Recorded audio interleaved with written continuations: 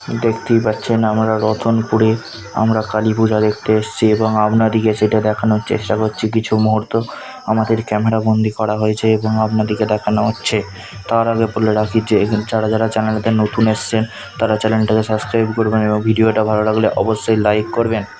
আপনারা দেখতেই পাচ্ছেন আমরা যেই রতনপুরে স্কুলতলার মাঠের কাছে যে কালী পূজা হয় সেই কালী পূজাতে এসেছি। গত ও শুক্রবার নাগাদ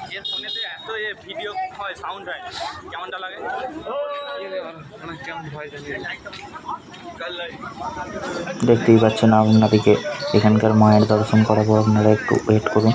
এবং আপনারা দেখতেই পাচ্ছেন এখানে মোটামুটি ভিড় আছে রাতের বেলা। এখানে রাতের থেকে দিনের বেলার পুজো হচ্ছে বেশি জমজমাট। দেখতেই পাচ্ছেন এখানে একটি বক্স হয়েছে লাইট সাউন্ড, মানে মোটামুটি খারাপ বাজায় না। এখানে ডঙ্গল মোড়ের লাইট সাউন্ড এখানকার মোটামুটি পাঁজা সাউন্ডের মতনই ভালো সেট আপ একটা।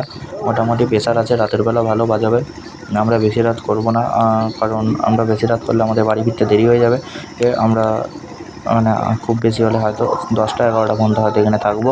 তারপরে আমাদের কাপসিটে খানিকটা আজকের দিনে কাপসিটেও পুজো আছে। আপনাদের কাপসিটে ভালো ভালো সেট আপ এসছে। আমাদের মেনলি সেট আপের ভিডিও হয়, সেট আপের ভিডিওগুলো আপনাদেরকে দেখাবো, দেখানোর চেষ্টা করব। ওখানে এমটি মিউজিকও বাজাচ্ছে, যেটা মেদিনীপুরের সেট, এবং শীতলা মাতাও রয়েছে। সেখানকার ভিডিওগুলো কিছুটা দেখিয়ে আমরা বাড়ি যাওয়ার চেষ্টা করব। দেখতেই পাচ্ছেন আমরা এবার আপনাদেরকে মাকে দেখাতে যাচ্ছি এখানকার রতনপুরে কালী মাকে।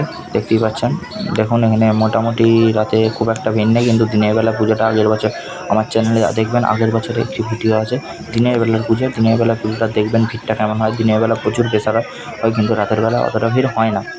ওই আর কি তুলনামূলক, কিন্তু দিনের বেলা প্রচুর লোক হয় এবং প্রচুর ভিড় হয়। দিনের বেলা শীতলা পুজো হয়। আর এখানে দেখতেই পাচ্ছেন এখানে মায়ের বলি হবে, মায়ের প্রসাদ, এবং টুকটাক লোকজনও আছে ভালোই। ওই আর দেখতেই পাচ্ছেন এই হচ্ছে আমাদের সেই রতনপুরের কালী মা। এটা হচ্ছে সেই কালী নয় যেটা আপনার রাস্তার ওপরে যে কালী মন্দিরটা, ওইটা নয়। এটা ভেতরে স্কুলতলায় বারোয়ারির কালীতলার কালী পুজো। Thank you. যারা নমস্কার, যারা নতুন এসছেন তারা মনে করে চ্যানেলটা সাবস্ক্রাইব করে যাবেন। Thank you for watching.